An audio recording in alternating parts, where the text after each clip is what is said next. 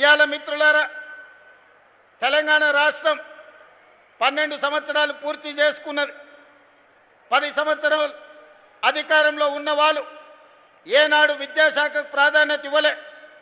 ప్రభుత్వ పాఠశాలలు మూసివేస్తూ పేద ప్రజల పట్ల నిర్లక్ష్యం వహిస్తూ తెలంగాణలో ఉన్న విద్యాశాఖను విధ్వంసం చేసింది.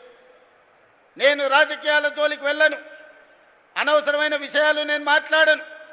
కానీ నేను చేస్తున్న ప్రయత్నం రాష్ట్ర ముఖ్యమంత్రిగా ఫైనాన్స్ కావచ్చు, రెవెన్యూ కావచ్చు, ఐటీ అండ్ ఇండస్ట్రీస్ కావచ్చు, one of the best portfolio నేను తీసుకొని ఉండొచ్చు. కానీ నేను ఈ దేశ భవిష్యత్తు గ్రామీణ ప్రాంతాలలో ఉన్నది, దేశ భవిష్యత్తు తరగతి గదుల్లో ఉంది. అందుకే విద్యాశాఖను నా దగ్గర పెట్టుకోవాలి, విద్యా ప్రక్షాళన చెయ్యాలి, ప్రతి పేదవాడి గుండె తట్టాలి, వాళ్లకు విద్యను అందించాలి అన్న లక్ష్యంతో విద్యాశాఖను నా దగ్గర పెట్టుకొని నిరంతరం పర్యవేక్షిస్తూ ఒక ప్రణాళికబద్ధంగా ముందుకు వెళ్ళే ప్రయత్నం చేస్తున్నాం. కొంతమంది గిట్టని వాళ్ళు విద్యాశాఖకు మంత్రే లేడంటారు.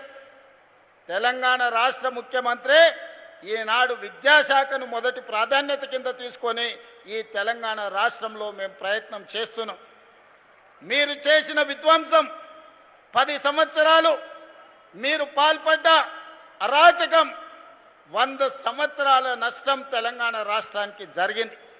అందుకే ఈనాడు అన్ని రకాలుగా ఆలోచన చేసి ఈరోజు పేద పిల్లలు నర్సరీ కానీ తల్లిదండ్రులు శ్రీమంతులు ధనవంతులు ఏ విధంగా నర్సరీ కిండర్ గార్డెన్ లేకపోతే ఎల్కేజీ యూకేజీకి వాళ్ళ పిల్లల్ని పంపించుకుంటున్నారో అత్యంత నిరుపేద ఉపాధి హామీ కూలికి వెళ్ళే తల్లిదండ్రులు కూడా తమ పిల్లల్ని నర్సరీ ఎల్కేజీ యూకేజీకి పంపించాలని, తెలుగుతో పాటు ఇంగ్లీషు నేర్పించాలని ఆ తల్లిదండ్రులు కలలు కంటున్నారు.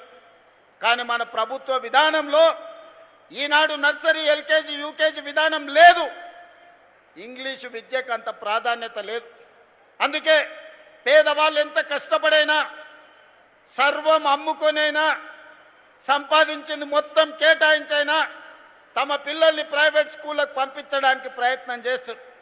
వాళ్ళ ఆలోచన ఒక్కటే, మేము కూలీ నాలి చేసి బతికినాం, ఒక పూట తిన్నా తినకపోయినా ఉపవాసం వండుకొని మా పిల్లల్ని చదివించుకున్నాం, వాడు పెద్దయి ఒక డాక్టర్, ఒక లాయర్, ఒక ఇంజనీరు, ఒక ఐఏఎస్ ఐపీఎస్ అయితే మా భవిష్యత్తులు మారుతాయి, మా కళ్ళ ముందే మా పిల్లలు ప్రయోజకులు అవుతారు, డాక్టర్లు లాయర్లు రాణించి పీజీలు పిహెచ్డీలు చేసి తెలంగాణ పునర్నిర్మాణంలో భాగస్వాములు కావాలని వాళ్ళు కలలు కంటున్నారు. మరి అలా తల్లిదండ్రులు కలలు కంటున్నప్పుడు వాళ్ళ కలల్ని సాకారం చేయడానికి ఈ రాష్ట్ర ప్రభుత్వం ప్రయత్నం చేయాల్సిన అవసరం ఉందా లేదా ఒకసారి ఆలోచన చేయండి. అందుకే ఈనాడు ఎవరేమనుకున్నా సరే నర్సరీ నుంచి ఎల్కేజీ యూకేజీతో పాటు 10th తర్వాత 11th అండ్ 12th, నర్సరీ నుంచి 12th వరకు ఒక ఎడ్యుకేషన్ సిస్టమ్ని డెవలప్ చేయాలని నేషనల్ ఎడ్యుకేషన్ పాలసీతో పాటు తెలంగాణ ఎడ్యుకేషన్ పాలసీని తయారు చేసుకొని ఈనాడు ప్రక్షాళన కార్యక్రమాన్ని మొదలు పెట్టుకున్నాం. మొదటిసారి ఈసారి నర్సరీ నుంచి మనము అడ్మిషన్లు ఇచ్చినాం. ఆ రూట్లో ఒక తెలంగాణ మోడల్ స్కూల్గా విద్యా కమిషన్ అపాయింట్ చేసి ఒక సీనియర్ ఐఏఎస్ రిటైర్డ్ ఆఫీసర్ని విద్యా కమిషన్ చైర్మన్ చేసినాం. వాళ్ళు ఇచ్చిన సూచనలతోని ఆ రూట్లలో మనము నర్సరీ నుంచి 12th వరకు స్కూలు ప్రారంభిస్తే ఇక్కడున్న చాలామందికి వేదిక మీద ఉన్న ఇండస్ట్రియలిస్టులకు కూడా తెలవాలి. ఒకప్పుడు ప్రభుత్వ పాఠశాలలో చేరాలి అంటే విద్యార్థులు వచ్చేవాళ్ళు కాదు. ఆ రూట్లలో 1814 మంది పిల్లలకు అడ్మిషన్లు ఇచ్చిన తర్వాత ఇంకా 1500 అప్లికేషన్స్ ఎక్స్ట్రా వచ్చినాయి.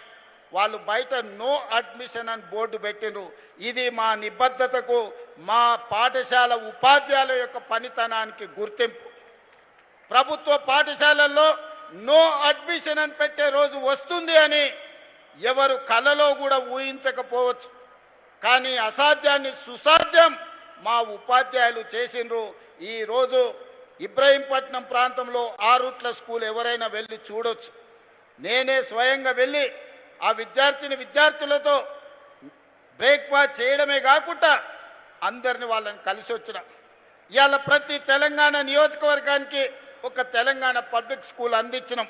ఇదే కాదు, ఈనాటి ప్రభుత్వం కుల వ్యవస్థను నిర్మించాలని, కుల వ్యవస్థ నిర్మూలన ద్వారానే సమాజంలో అసమానతలను తొలగించాలని, ఒకనాడు ఎస్సీలు వేరు, ఎస్టీలు వేరు, బీసీలు వేరు, మైనారిటీలు వేరు, అదర్ కాస్ట్లకి డిఫరెంట్ హాస్టల్స్ ఉంటే, రెసిడెన్షియల్ స్కూల్స్ ఉంటే, ఈనాడు young India integrated residential schools SC, ST, BC, minority and others 2500 మంది స్టూడెంట్స్తోని 25 ఎకరాలలో ఒక కార్పొరేట్ లెవెల్ ఒక క్యాంపస్ నిర్మించి ఈనాడు విద్యను అందించడానికి ముందుకెళ్తున్నాం.